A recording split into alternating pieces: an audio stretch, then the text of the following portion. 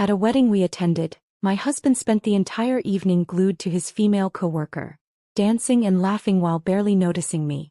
When someone asked if he was married, he casually replied, "Not really. It doesn't count when she's not interesting." The laughter filled the room. I stood there frozen. The next morning he woke up alone and I realized my worth. "Is he married?" the woman asked, loud enough for half the wedding reception to hear. I watched Asher glance at me, his wife of 4 years, then turn back to the stranger with that easy smile. "Not really. It doesn't count when she's not interesting." The words hung in the air while Joyce laughed beside him, her hand on his arm. I sat there, champagne glass frozen halfway to my lips, as the entire table erupted in laughter. That was 3 hours ago. Now I stood in our Beacon Hill apartment at 5:30 a.m., making his favorite breakfast, replaying those words while deciding exactly how interesting my revenge would be. Before we continue, if you've ever been dismissed as boring or not interesting by someone who should value you, please consider subscribing. It's free and helps us reach more people who need to hear this. Now let's see what Willow does next. The eggs sizzled in the pan, perfect whites with no crispy edges, just how Asher demanded them. My hands moved automatically through the routine I'd perfected over 4 years. Mash the avocado with exactly half a lime, a 1/4 teaspoon of salt, spread it on whole grain toast at that specific golden brown shade. 1 coffee, dark roast, single sugar, oat milk.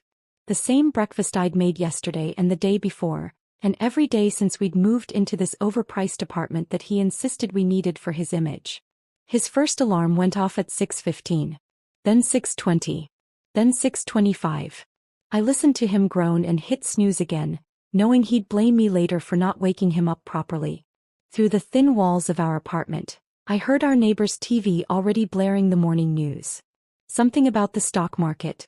Asher would want to know the numbers, would pretend to understand them over breakfast while texting Joyce about their morning meeting. I found myself staring at the receipt that had fallen from his jacket pocket yesterday. 2 lattes from the expensive place on Newberry Street, time-stamped 3:47 p.m. When did 1 coffee become 2? When did grabbing coffee with a colleague become a daily ritual that didn't include me? I tucked the receipt back where I'd found it. Let him think I was still the oblivious wife who never checked pockets, never questioned late nights, never wondered why Joyce's name lit up his phone more than mine did. At 6:45, Asher finally stumbled into the kitchen, hair sticking up at odd angles, already scrolling through his phone. No good morning. No kiss. Just a grunt of acknowledgement as he sat at our small dining table, thumb moving rapidly across his screen. "Joyce needs me to review her presentation before the morning meeting," he announced, not looking up. "Might be late tonight too. The Morrison project is heating up."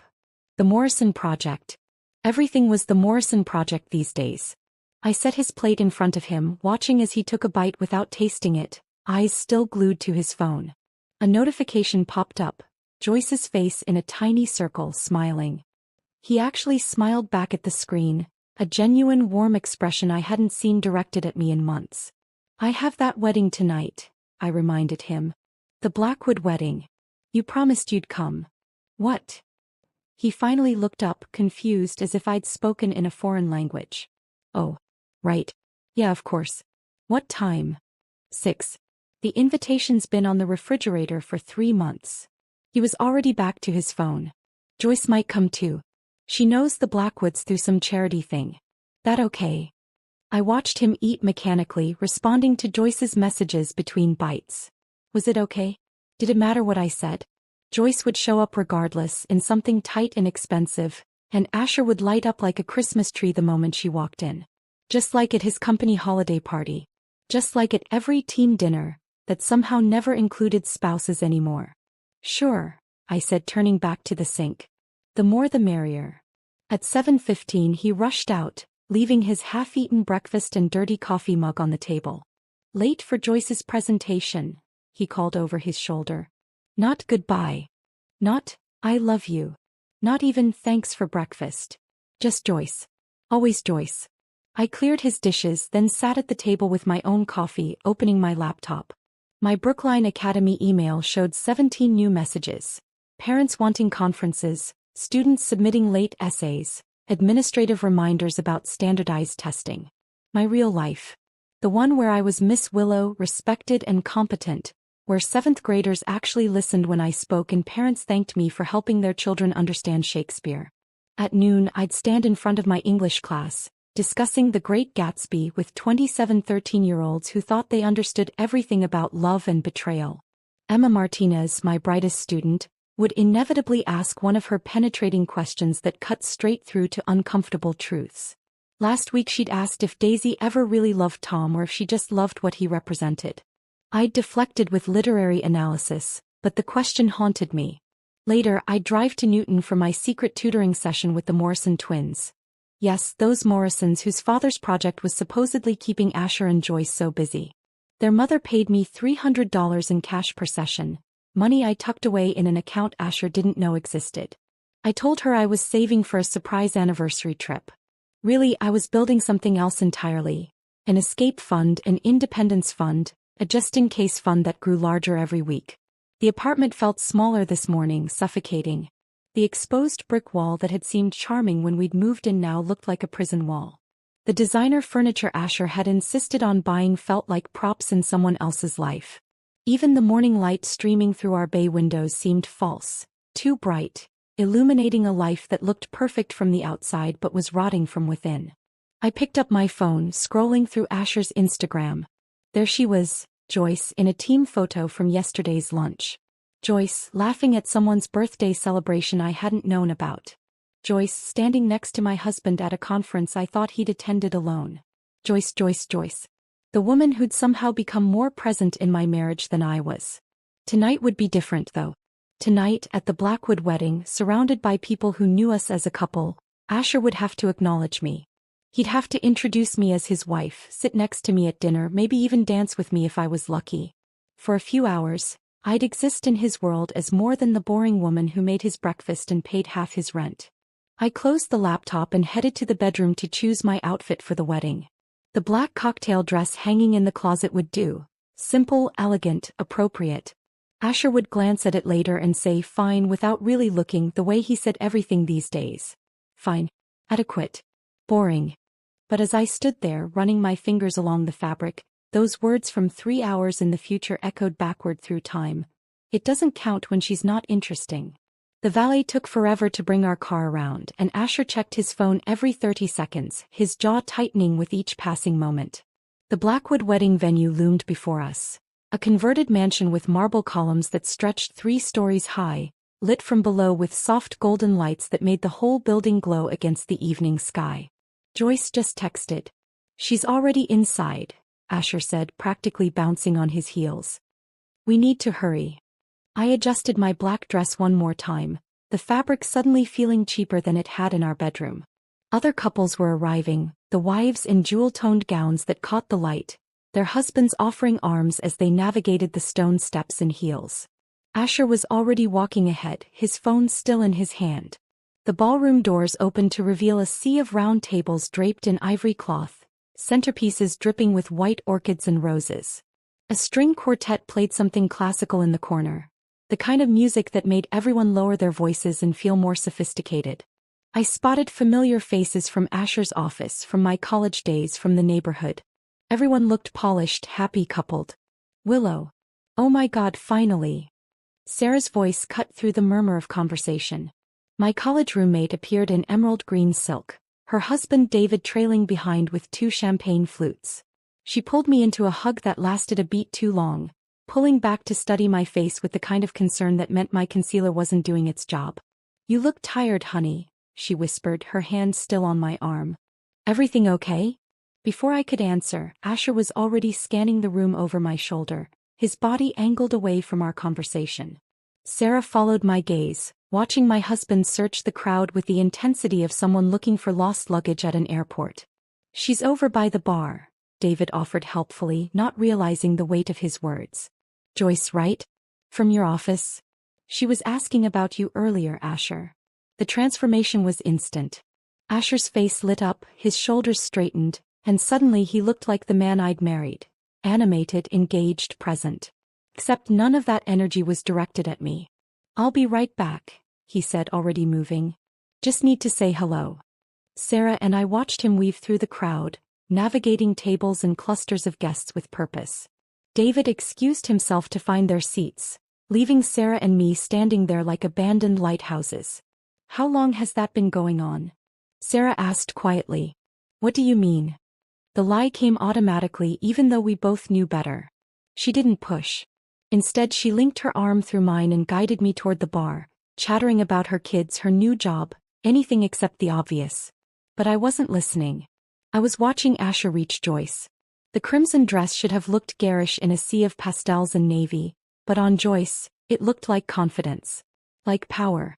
Like everything I wasn't. Her blonde hair fell in waves that probably cost more than my entire outfit.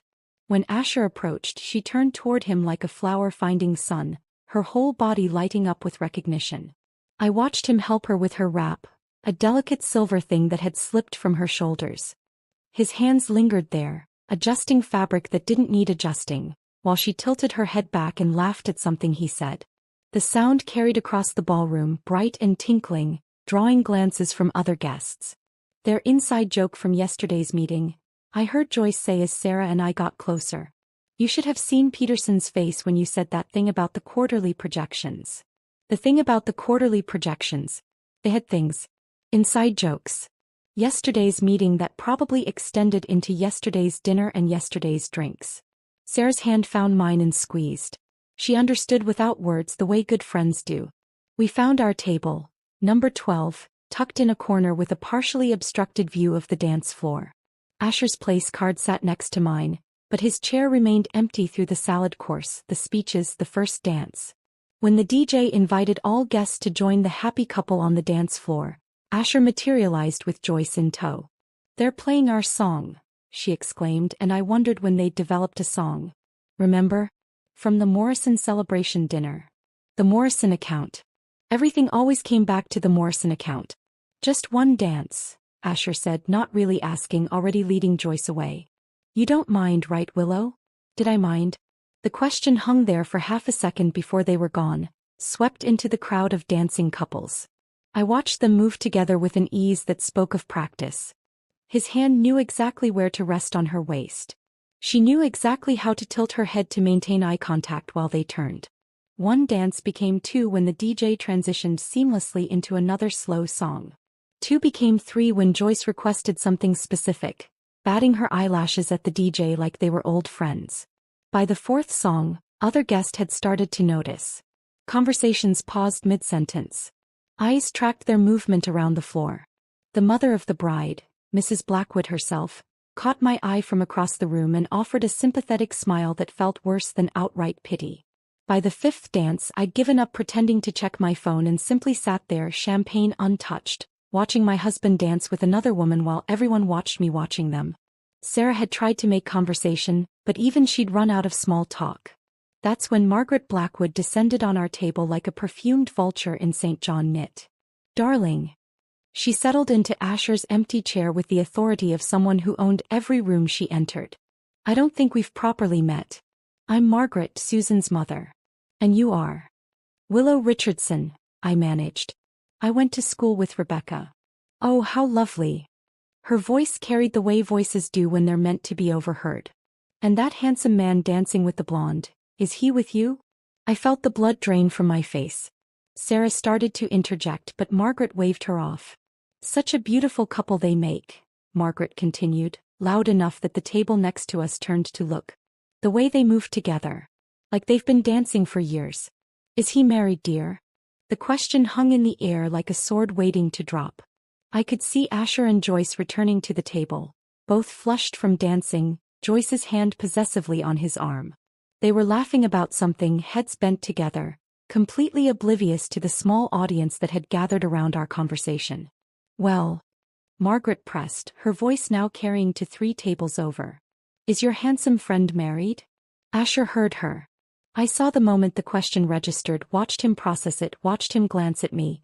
His wife of 4 years, the woman who'd supported him through business school, who'd moved to Boston for his career, who'd spent countless nights alone while he worked late with Joyce. He smiled. That easy, charming smile that had made me fall in love with him at a coffee shop 6 years ago.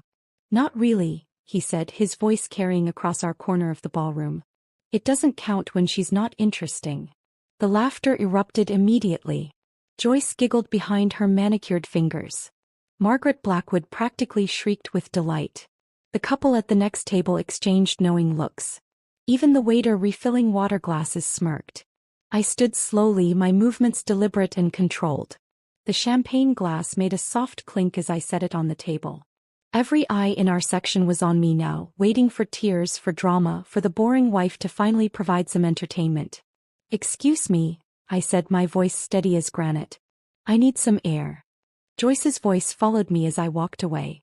"Was it something I said?" "Don't worry about it," Asher replied, loud enough for me to hear. "She's always dramatic at events." The bathroom was mercifully empty. I locked myself in the farthest stall and stood there, breathing slowly through my nose. No tears came. My hands weren't shaking. Instead, there was this strange calm settling over me, like watching storm clouds clear after years of rain. I emerged and faced myself in the gilt-framed mirror. My mascara hadn't run. My lipstick was still perfect. I looked exactly like the woman who'd walked into this wedding 3 hours ago, hoping her husband might remember she existed. But inside, something fundamental had shifted. A door had closed. A decision had crystallized. I walked back through the ballroom without stopping at our table. Asher was back on the dance floor with Joyce, both of them laughing at something the DJ had said. Sarah caught my eye, started to stand, but I shook my head slightly. This wasn't her problem to fix. The valet seemed surprised to see me alone. "Leaving already, ma'am?" "Yes." I handed him the ticket. "Just me." The drive home should have taken 20 minutes. I made it last an hour, winding through Cambridge's quiet streets, windows down despite the sharp March cold. The air bit at my cheeks, made my eyes water in a way that had nothing to do with crying. At a red light on Massachusetts Avenue, I remembered the acceptance letter from Harvard's PhD program in comparative literature. I'd been 26, eager, brilliant according to my professors. But Asher had just gotten into Sloan for his MBA, and we couldn't afford both programs. "Your career is more flexible," he'd said. "You can go back to school anytime." That was 5 years ago. The promotion at Wellington Prep that I'd turned down because it would mean evening classes, weekend grading, less time to support Asher's networking events. The head of the department had been shocked. "This opportunity won't come again, Willow." But Asher needed me available, needed the stable income while he established himself. The fertility specialist appointments I'd cancelled last year. 3 months of tests and procedures, then Asher's sudden announcement that he wasn't ready, might never be ready, and shouldn't I focus on being happy with what we had? I'd thrown away the medication, deleted the doctor's number, pretended my body hadn't been preparing for something that would never come. By the time I reached our apartment building, the strange calm had transformed into something harder, colder. Purpose maybe. Or just the absence of hope finally bringing clarity.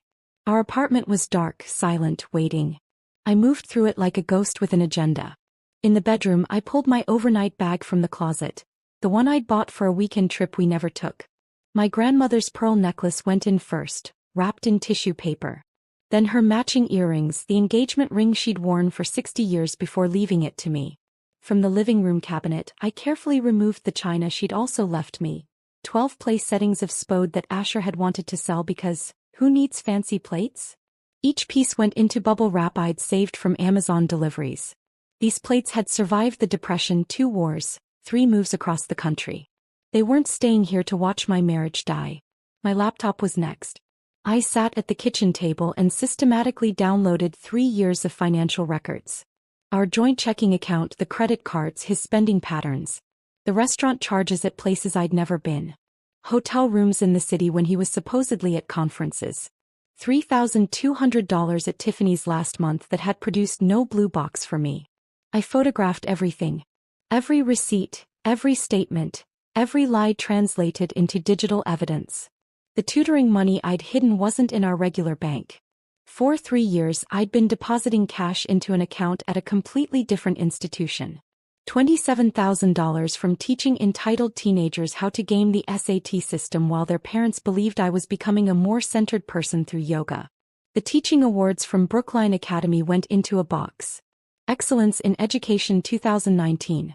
Most Dedicated Teacher 2020. Innovation in Literature Curriculum 2021.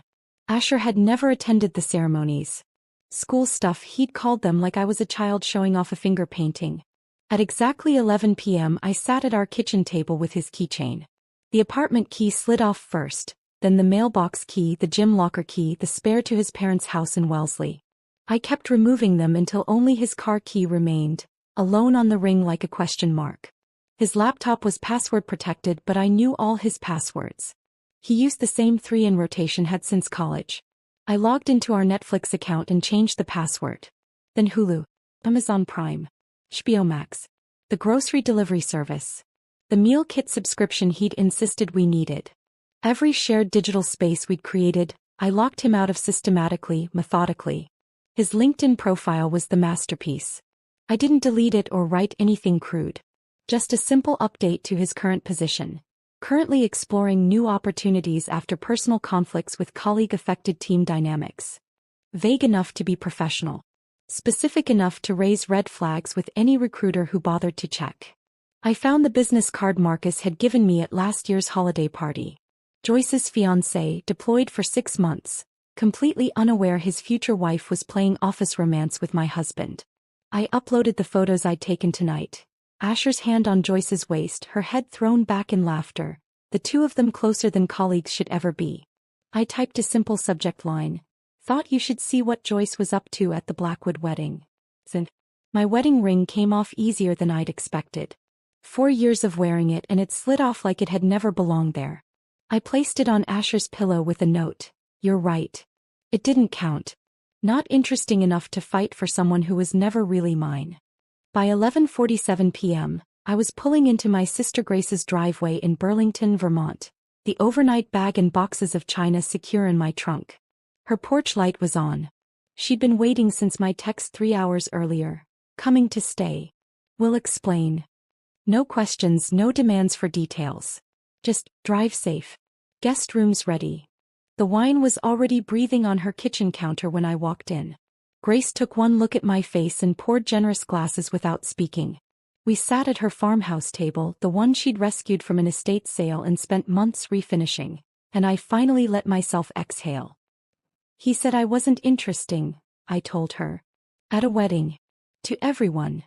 Grace's knuckles went white around her wine glass, but she just nodded. She'd never liked Asher, had called him aggressively mediocre, after meeting him the first time. I should have listened. I turned my phone off completely and slept like the dead in her guest room, surrounded by the quilts she made during her craft phase and the smell of lavender from her garden. For the first time in months, maybe years, I didn't dream about anything. The assault began at exactly 7:03 a.m. Grace knocked gently, holding my phone.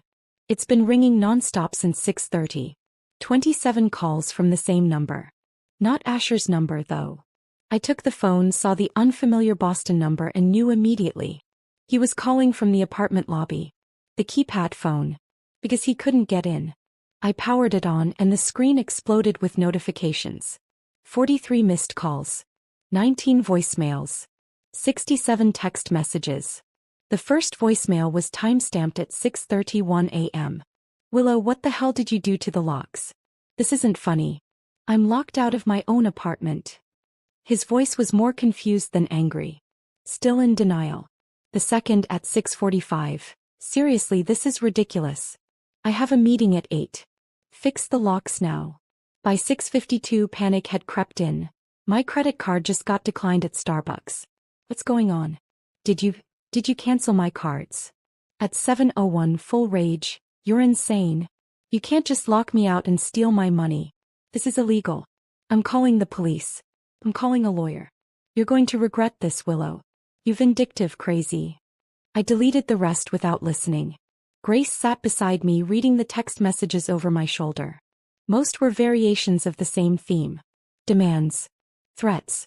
Then buried among them one from an unknown number. This is Joyce.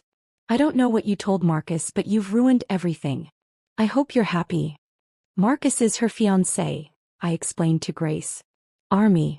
Deployed. I sent him photos from last night. Grace actually laughed. You sent evidence to the other woman's military boyfriend? Willow, I didn't know you had it in you. My phone rang. Asher again from the lobby phone. This time I answered. Finally. Willow, what is wrong with you? Open the door right now. Good morning to you too. I took a sip of the coffee Grace had made. Strong with real cream from the dairy down the road. Don't you dare. Where are you? Why aren't you here? The locks don't work. I removed your access. You'll need to make other arrangements. Other arrangements? This is my apartment. Actually, it's Mr. Kowalski's apartment. And as of this morning, you're no longer on the lease. Silence.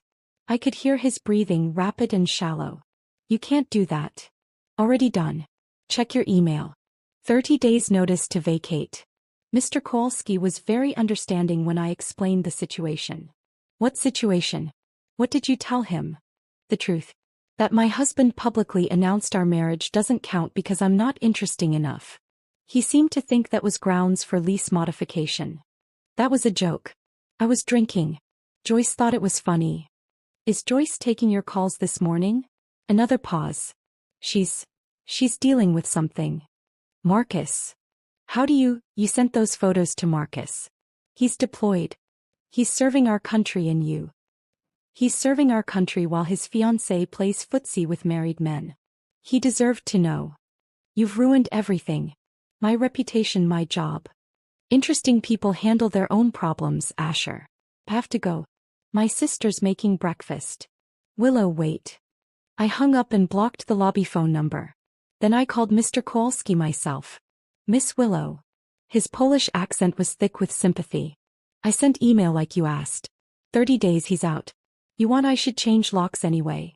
That won't be necessary. The digital locks are already updated. Good. You know, my wife, she never liked him. Said he had eyes like snake. Wandering eyes. By 9 a.m. my phone was buzzing with a different kind of call. Sarah, breathless with gossip. Willow, you're not going to believe this. David just told me he works in HR, remember? Joyce has done this before. 3 times. At her last firm, she caused a whole sexual harassment lawsuit between 2 married executives who were fighting over her. The firm transferred her to Boston to avoid the scandal. I sat up straighter. She's done this before? It's like her thing.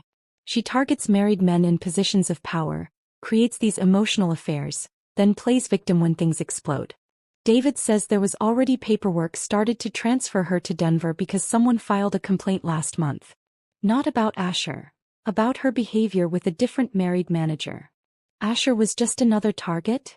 The easiest one probably. David says everyone at the office knew about them. The late meetings, the lunches, the constant texting. Joyce apparently told people you were separated, that the marriage was already over. We weren't separated. I made him breakfast yesterday morning. I know, honey. I know. But here's the best part. Marcus showed up at their office an hour ago. My coffee cup froze halfway to my mouth. What? He got emergency leave. Flew back from Germany overnight. Walked into the downtown offices with a stack of printed emails and photos. David says security had to escort Asher out because Marcus was ready to, well, you know. Military guys don't play around. Is Asher okay? Why do you care? But yes, he's fine. Humiliated but fine. Joyce, though, she completely threw him under the bus. Told everyone that Asher had been pursuing her aggressively, that she tried to maintain professional boundaries, that she felt pressured because he was senior to her. Actually laughed. She's claiming he harassed her? Full victim mode. HR is launching an investigation. Asher's been suspended pending review. And Joyce? She's already packing for Denver. Turns out that transfer paperwork just needs a signature. I thought about Asher standing in our apartment lobby this morning, locked out of the life he'd taken for granted. His credit cards dead, his reputation crumbling, his side piece abandoning him to save herself. The boring wife he'd dismissed had dismantled his entire existence in less than 12 hours. Willow, you still there? Yeah, I'm here. How do you feel? I considered the question. How did I feel? Vindicated? Satisfied? Empty? Interesting, I said finally. I feel interesting. Sarah hung up after promising to keep me updated on the office drama, and I sat in Grace's kitchen, feeling oddly hollow despite the vindication. Grace was at work. She taught yoga at a studio downtown, leaving me alone with my thoughts and the incessant buzzing of my phone. Barbara Richardson's name flashed on the screen. Asher's mother. I'd been expecting this call since approximately 30 seconds after Asher discovered he was locked out. I let it ring through to voicemail twice before finally answering on her third attempt. Willow. Her voice was thick with tears, dramatic in that special way only Barbara could manage. What have you done to my poor boy? Hello, Barbara. He's homeless. Jobless. He called me from some stranger's phone because his own phone is dead. He spent the night in his car. In his car, Willow. He has a car. That's more than some people have. How can you be so cruel? After everything we've done for you, welcoming you into our family. Barbara, your son told a room full of people that our marriage doesn't count because I'm not interesting enough. There was a pause. I could hear her breathing, calculating her next move. Men say things they don't mean when they're drinking. Richard once told me I looked like his mother in a certain dress. Did I lock him out of the house? No. Because marriage is about forgiveness. Richard. Asher's father, who'd had 3 affairs that Barbara knew about and still pretended didn't happen. The Richardson family motto should have been accountability is optional.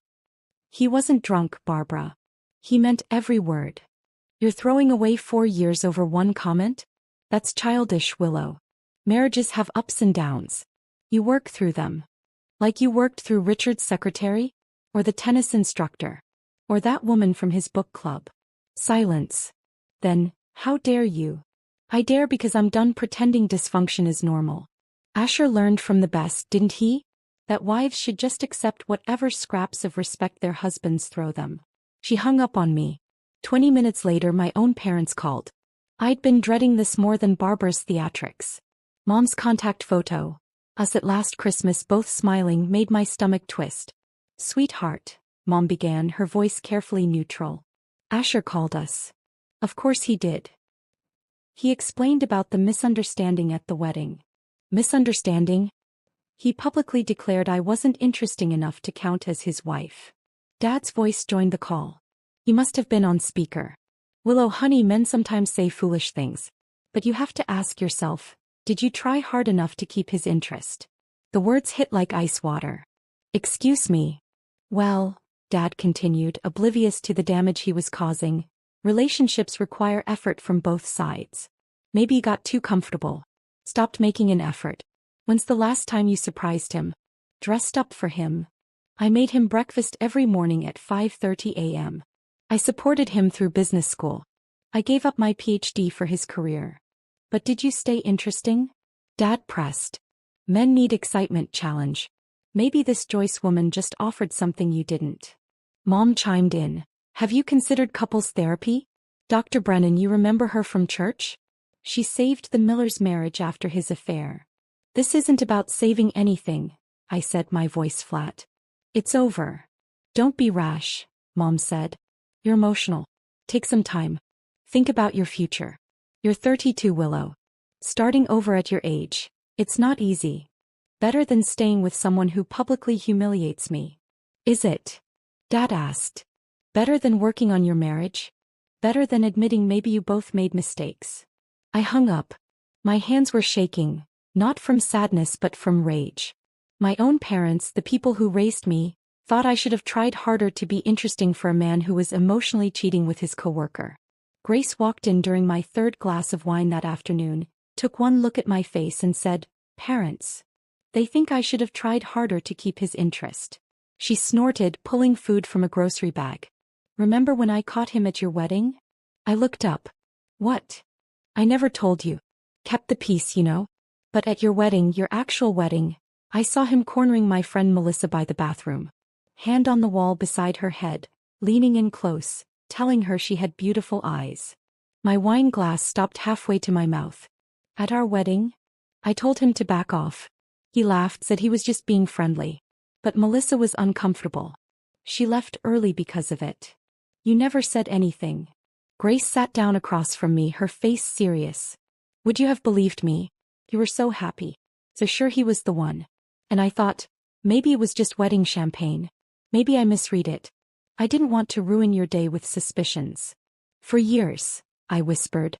4 years of signs I ignored. My phone buzzed. An email from Asher, the subject line, please read important. Against my better judgment, I opened it. Willow, I know you're angry. But what you're doing is destructive and unnecessary. Joyce meant nothing. She was just a friend who understood my work stress. You were always so focused on your teaching your students. You didn't understand the pressure I was under. I said something stupid at the wedding, yes, but haven't you ever said something you didn't mean? We have 4 years of history. An apartment. A life. Don't throw it away because you're hurt. I'm willing to forgive you for the locks, the money, the humiliation at my office. We can start fresh. But you need to stop this vindictive behavior now. Asher. I read it twice, marveling at the mental gymnastics required to make himself the victim. He was willing to forgive me. For responding to his public humiliation. The delusion was almost impressive. That evening, a notification from our bank made my blood run cold. Large withdrawal from joint savings. I logged in immediately. $3,000 transferred out this morning. Then another $2,000 this afternoon. He was draining what was left before I could stop him. I called the bank, but they explained that as a joint account holder he had every right to withdraw funds. Unless I could prove fraud, which I couldn't, the money was gone. I pulled up 3 months of statements, really studying them for the first time. Charges at hotels in Boston during conferences that were supposedly in other cities. Restaurant bills for two, always two at places I'd never been. Theater tickets, concert tickets. Even a wine tasting weekend in the Berkshires last month when he'd said he was visiting his brother. I screenshot every suspicious charge, every hotel receipt, every dinner for two that I'd never attended. The Berkshires trip hurt the most. I'd spent that weekend helping my teacher friend prepare her classroom for the new school year while Asher was supposedly bonding with his brother in Connecticut. The evidence file on my laptop grew thicker with each discovered lie. My phone rang just as I finished documenting the last 3 months. Unknown Boston number. Hello. Mrs. Richardson? This is Margaret Blackwood. The wedding gossip queen. I braced myself for another round of humiliation. Margaret. Dear, I owe you an apology. Her voice was different. Softer, without its usual theatrical edge. What happened at Susan's wedding was unconscionable. I provoked that situation and I'm deeply sorry. I didn't know what to say. Margaret Blackwood had never apologized for anything in her life. However, she continued, I thought you should know that several guests recorded the incident on their phones. The video is, well, it's making rounds through Boston society. Someone added a caption, how not to treat your wife. Your husband has become quite infamous.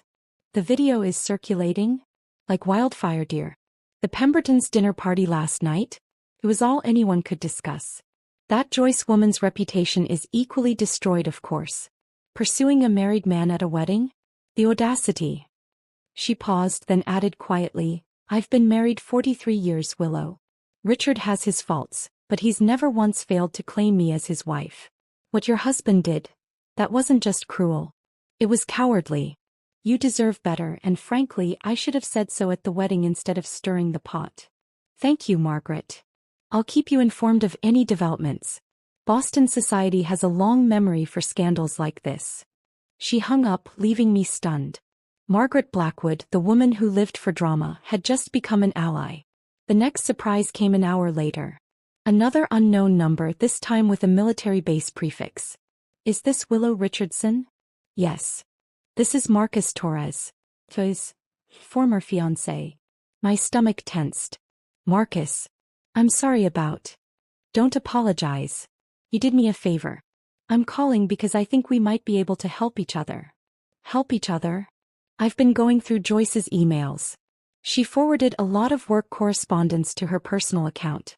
There are messages between her and your husband that, well, they're enlightening. They called us convenient. Both of us. Said we were stable but boring and good for their careers. Each word felt like another piece clicking into place. They discussed us? Like we were furniture. Useful but replaceable. There's one thread where your husband promises to recommend Joyce for a senior position once he makes partner.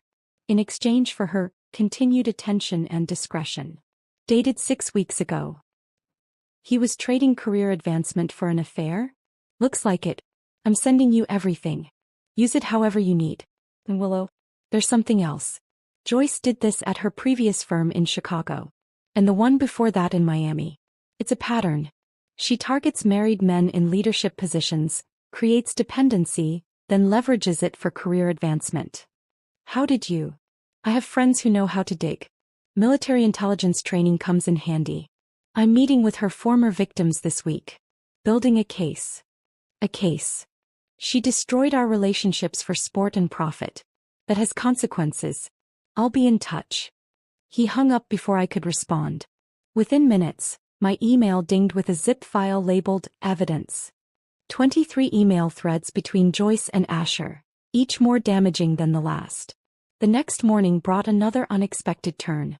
I arrived at Brookline Academy early, hoping to prep for my classes in peace. Instead, I found the principal, Dr. Martinez, waiting in my classroom with coffee and a gentle smile. "Willow, word travels in our community," she began carefully. "Several parents have reached out expressing support. They're appalled by what happened."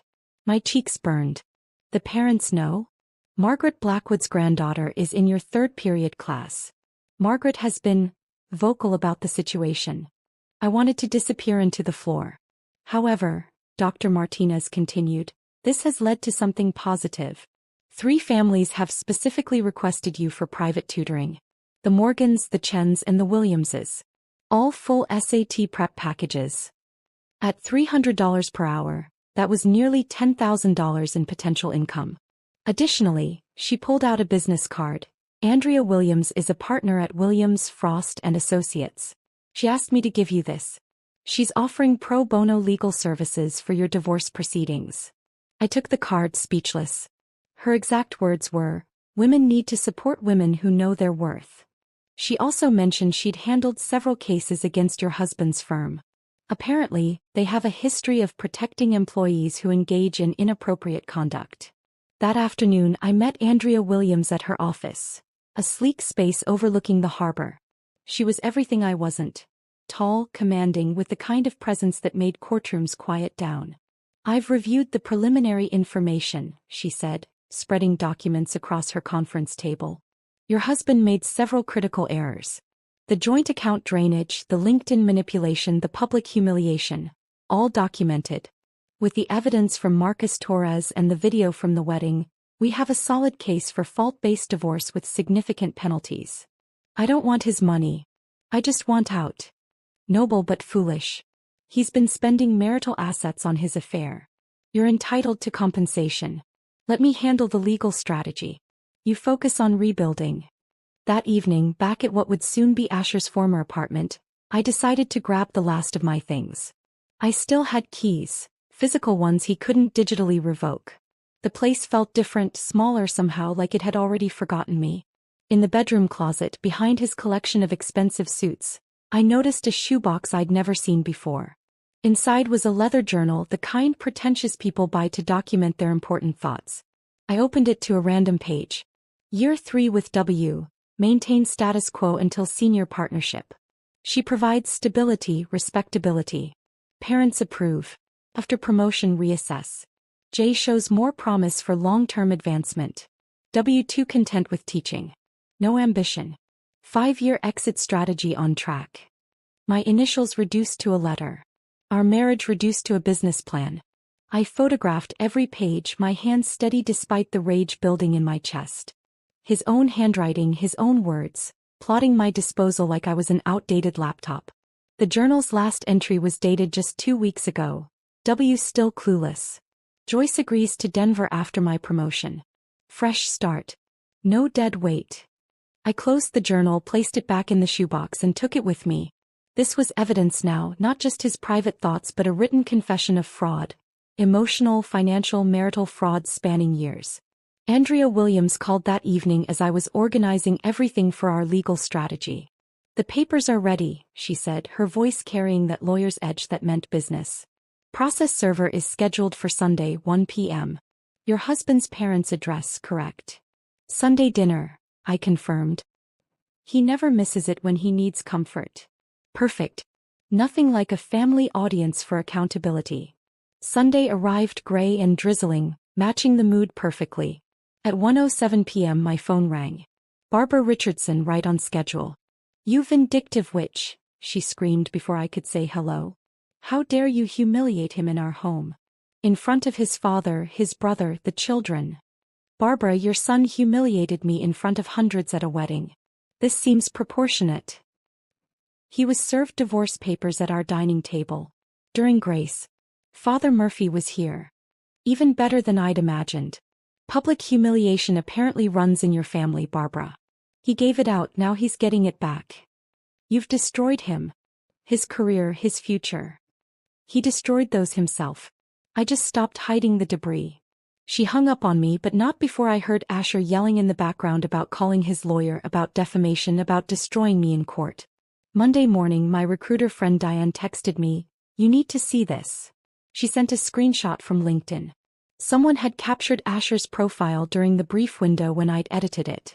Currently exploring new opportunities after personal conflicts with colleague affected team dynamics. The screenshot was circulating through Boston's professional networks with the wedding video attached. The comments were brutal. "This is why we need better HR policies. Imagine destroying your marriage and career for an office affair. My company would never hire someone with this judgment. That poor wife. At least she got out." Diane's next text, "His profile views dropped 90% this week. Recruiters are actively avoiding him. That video plus the LinkedIn edit? He's radioactive. Even his uncle's insurance firm withdrew their offer," she added. "Nobody wants the liability." Wednesday was the mediation meeting. Andrea had prepped me extensively, but nothing could have prepared me for seeing Asher again.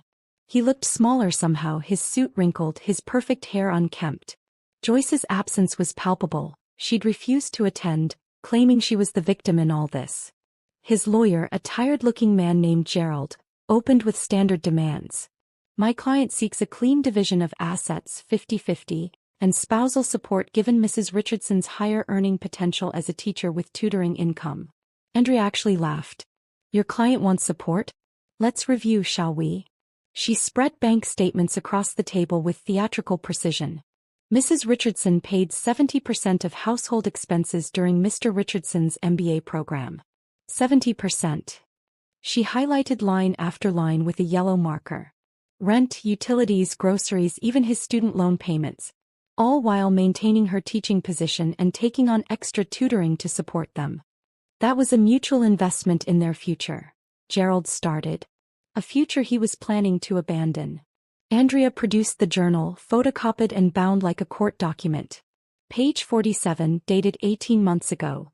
3 more years until partnership, then exit strategy from W. Page 63. W's stability useful for appearance of settled family man, important for senior partnership. Page 89. Joyce shows more promise for power couple dynamic. Gerald's face paled. Asher's face went red. "That's private." She stole. "Your client documented his intention to commit marital fraud," Andrea continued.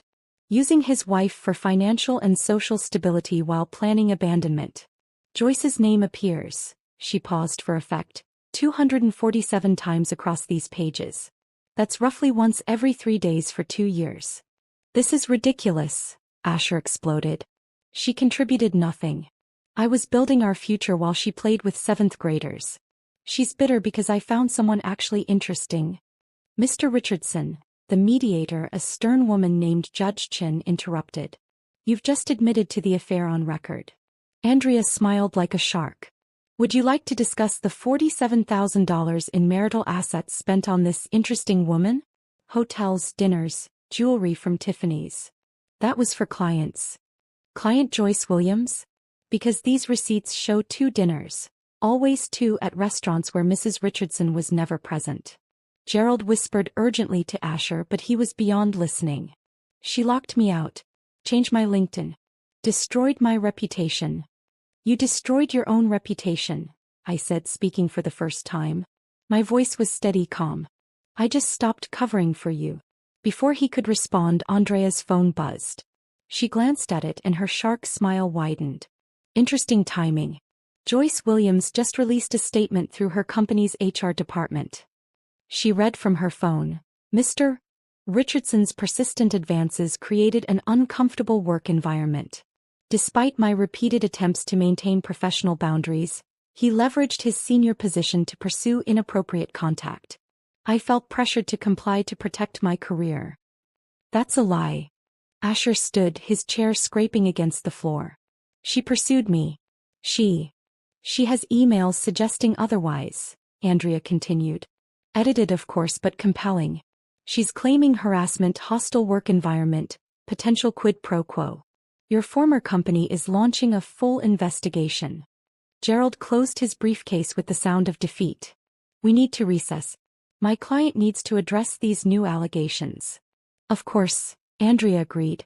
But our position is clear. Mrs. Richardson keeps all premarital assets, her savings, her earnings. Mr. Richardson keeps his debt, his ruined reputation, and whatever Joyce left him with. As we gathered our things, Asher grabbed my arm. Willow, please. You know me. You know I'm not what she's saying. I looked at him, really looked at him. The golden boy who'd charmed me 6 years ago was gone. In his place stood a desperate man whose carefully constructed life had collapsed in less than 2 weeks. I don't know you at all, I said quietly. I never did. Andrea guided me out while Asher called after me, his voice breaking with panic. The sound followed us down the hallway, echoing off marble walls that had witnessed 1,000 broken marriages but probably few as thoroughly destroyed as ours. Outside the building, Andrea turned to me. Joyce won't stop with that statement.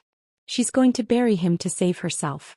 By next week he won't be able to get a job serving coffee in Boston. He was right. 3 days later, the full HR report leaked. Joyce had submitted edited texts, selective emails, even a recorded phone call where Asher's words were cut to sound predatory. His former company issued a statement distancing themselves. His professional networks evaporated overnight. The headline in Boston Business Weekly read, "Former rising star faces multiple investigations." Asher's professional obituary, really. I folded the newspaper and left it on Grace's kitchen table, feeling nothing but a distant kind of relief, like hearing about a storm that passed without touching your house. 6 months had passed since that mediation meeting. The divorce was final. I'd kept my maiden name, Turner, on everything except the official paperwork, so going back to it felt like slipping into comfortable shoes I'd forgotten I owned. Burlington had become home in a way Boston never was. I'd found a small apartment with exposed brick and mountain views, started teaching at a local private school, and built a tutoring practice that actually let me choose my clients. Tuesday mornings I treated myself to coffee at the Ground Up, a cafe where nobody knew my history and the barista just called me the teacher who likes extra foam. That particular Tuesday I was grading essays when a familiar voice made me look up. Willow. Oh my goodness, it is you. Margaret Blackwood stood there in a burgundy wool coat, looking somewhat out of place among the Vermont locals in their fleece and flannel. Margaret. I set down my red pen. What brings you to Burlington? Visiting my sister. She retired here last year. She gestured to the empty chair across from me. Hey, I nodded, curious despite myself. Margaret settled in with her Earl Grey, her eyes bright with that particular gleam that meant fresh gossip. I suppose you haven't heard about developments. I don't really follow Boston news anymore. Oh, but you must hear this. She leaned forward conspiratorially. Asher is living in his childhood bedroom. His parents' house in Wellesley. Barbara tells everyone who'll listen that he's regrouping and considering his options. I took a sip of my latte, waiting. He's working at his uncle's friend's car dealership. Not selling cars, filing paperwork in the back office. Can you imagine? From consulting presentations to filing automotive warranties. That's quite a change, I said neutrally. And he's dating someone new. Barbara describes her as simple but sweet, which in Barbara speak means she's appalled but desperate for him to move on. The girl's 23, works at a nail salon. They met when she did Barbara's manicure. 23. Barely out of college. I felt a flicker of pity for the girl, but not enough to warn her. She'd learn or she wouldn't. Joyce. I asked, more from courtesy than interest. Transferred to Denver, then quietly let go 3 months later. Something about cultural fit issues. Last I heard she was bartending and trying to start a lifestyle blog. Margaret finished her tea and left with air kisses and promises to keep in touch that we both knew were empty. I returned to my essays, red pen moving across pages about Gatsby's green light and what it meant to chase impossible dreams. Thursday afternoon was the Brookline Academy faculty meeting via video call. I'd maintained my position there, teaching remotely 3 days a week. They hadn't wanted to lose me and the arrangement worked perfectly. Before we adjourn, Dr. Martinez announced, I have wonderful news. The board has approved our recommendation. Willow Turner, would you please accept the position of English department head? My colleagues erupted in congratulations over their various screens. It was a position I'd never even considered pursuing when I was managing Asher's ego, making sure I was never too successful, never too visible, never more accomplished than him. I'm honored, I said, meaning it. Thank you. Your innovative curriculum proposals were extraordinary, Dr. Martinez continued. Particularly the cross-disciplinary project with the history department. Brilliant work. Brilliant. Not boring. Not uninteresting. Brilliant. That evening I was making dinner when my phone rang. Unknown number, Boston area code. I almost didn't answer, then curiosity won. Is this Willow? Willow Turner. Yes. This is Jake Morrison. I was Asher's roommate at Dartmouth. My hand tightened on the phone. Jake. I owe you an apology. A massive one. I should have warned you years ago. Warned me. About Asher. About how he talked about you. Jake's voice was strained, guilty. He used to brag about having a backup wife. Said you were perfect for the image he needed. Smart enough to impress people but too boring to leave him. Too grateful to have someone like him to ever cause problems. Each word confirmed what I'd already figured out, but hearing it from someone else still stung. He said boring women were perfect for marriage because they'd never have options. They'd always be loyal because who else would want them? Jake continued. I should have told you at the wedding. Hell, I should have told you at the engagement party. But bro code and all that toxic garbage. Why tell me now? Because I heard what he did to you. What he said at that wedding. And I realized my silence made me complicit. You didn't deserve any of it. Your revenge wasn't cruelty. It was just returning the same level of respect he'd shown you. Thank you, I said quietly. For telling me. There's more. He's been calling old friends, trying to borrow money, looking for job connections. Everyone's avoiding him. He did this to himself, but he still blames you. Says you destroyed his life over a joke. A joke. 4 years of marriage reduced to a punchline and he still called it a joke. Saturday afternoon I attended a reading at Phoenix Books, our local independent bookstore. The author was discussing historical fiction, weaving together stories of forgotten women who'd changed history from the shadows. I sat in the back row, notebook in hand, genuinely absorbed. Excellent question, the author said to someone in the front. About the agency of women who seemed powerless. Professor Shaw, would you like to address that from a historical perspective? A man stood, tall, early 40s, salt and pepper beard, wearing a tweedy jacket that should have looked pretentious but somehow didn't. His answer was thoughtful, nuanced, bringing in examples from his own research. I found myself leaning forward, captured by his perspective. After the reading, I was browsing the history section when a voice beside me said, "You were taking serious notes back there. Research or interest?" Professor Shaw stood there holding a stack of books that suggested he was a regular customer. Both, I admitted. I teach English, but I'm always looking for historical connections to make literature more relevant. His face lit up. Cross-disciplinary approach. Brilliant. I'm Daniel, by the way. Daniel Shaw. Willow Turner. We talked for 20 minutes about books, teaching, the challenges of making history matter to modern students. He listened intently, asked follow-up questions, laughed at my observation about teenagers thinking everything before 2010 was basically the Stone Age. Would you maybe want to continue this over coffee? He asked. I know a place that makes the best maple lattes in Vermont. I'd like that. If this story of sweet revenge had you cheering for Willow, hit that like button right now. My favorite part was when Willow left the wedding ring on Asher's pillow with that devastating note, knowing he'd wake up to a completely dismantled life. What was your favorite moment? Drop it in the comments below. Don't miss more thrilling stories like this. Subscribe and hit that notification bell so you never miss an upload.